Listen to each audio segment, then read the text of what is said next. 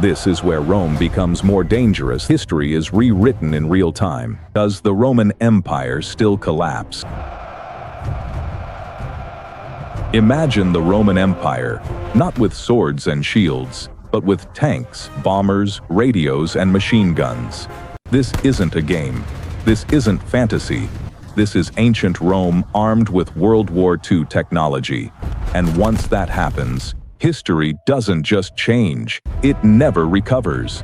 Rome was not just an empire, it was a system built on discipline, logistics, obedience, expansion. For centuries, the Roman Empire dominated the ancient world using iron weapons, marching formations, and unmatched organization. But Rome also fell. Now ask a dangerous what-if question. What if Rome never relied on ancient weapons at all? What if the Roman Empire suddenly gained World War II technology, tanks instead of chariots, artillery instead of catapults, aircraft instead of messengers, radios instead of runners? This is not just ancient versus modern warfare. This is about what happens when a civilization already optimized for conquest receives the tools of industrial war. Because if Rome had World War II technology, the world would never be allowed to grow naturally again. Here's the uncomfortable truth. Rome didn't win because of swords. Rome won because of structure. Every legion was standardized. Every soldier trained the same way. Every road built for speed and supply. Modern warfare, especially World War II warfare, depends on those exact principles. Communication, coordination, logistics, discipline. Rome already had them. Most ancient civilizations fought heroically. Rome fought systematically. That means if Rome gained World War II technology, they wouldn't misuse it. They would master it. Faster than any modern nation ever did. Picture a Roman legion, 5,000 soldiers. But instead of shields, they carry rifles. Instead of cavalry, they deploy tanks. Instead of horns and banners, they use radios. Rome already practiced combined arms warfare in ancient form. Infantry, engineers, cavalry, artillery. World War II technology simply upgrades every layer. Roman generals adapt instantly. They don't treat tanks as curiosities. They use them as mobile fortresses. Infantry advances behind armor. Artillery softens cities. Engineers build bridges and roads at impossible speed. The Roman Empire becomes an industrial total war machine centuries ahead of time. Against ancient enemies, this isn't warfare, it's annihilation. Persian cavalry charges are erased by machine guns. Fortified cities collapse under artillery. Navies burn under submarines. No ancient army can adapt quickly enough. Resistance doesn't last years, it lasts hours. Entire regions surrender without battle.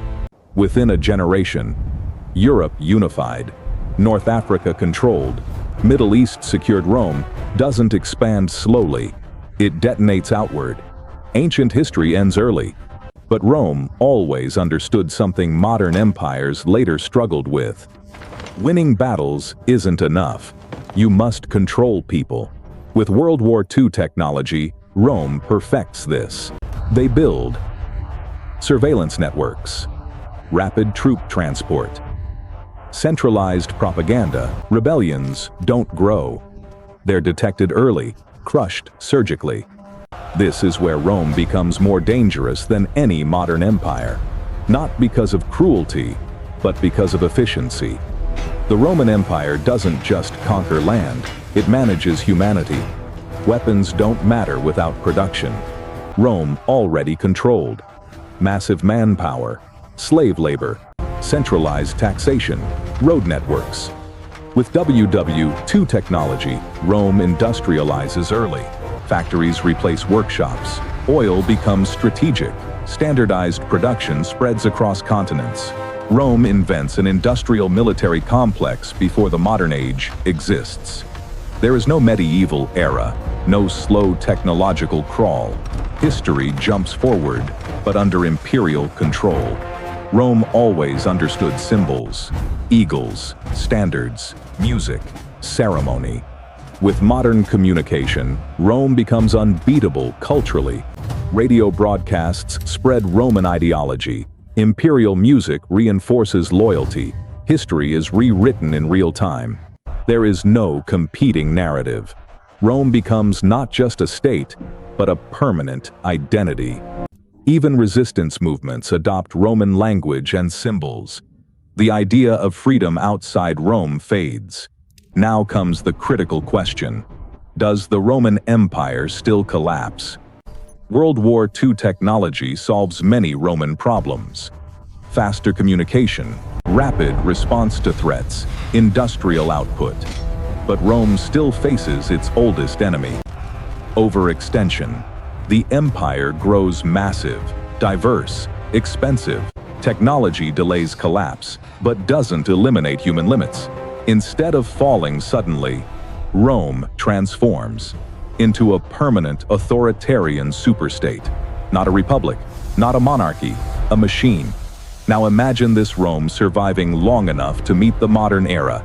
The United States, nation-states, global politics.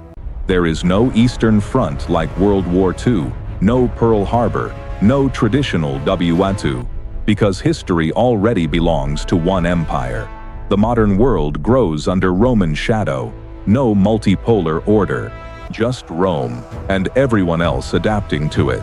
This story isn't about weapons, it's about systems. The Roman Empire with World War II technology shows us something terrifying. Technology doesn't create morality, it amplifies whoever controls it. Rome wouldn't become better, it would become permanent.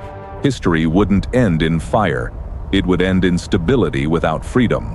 One empire, one technological leap, one world trapped in Rome's shadow.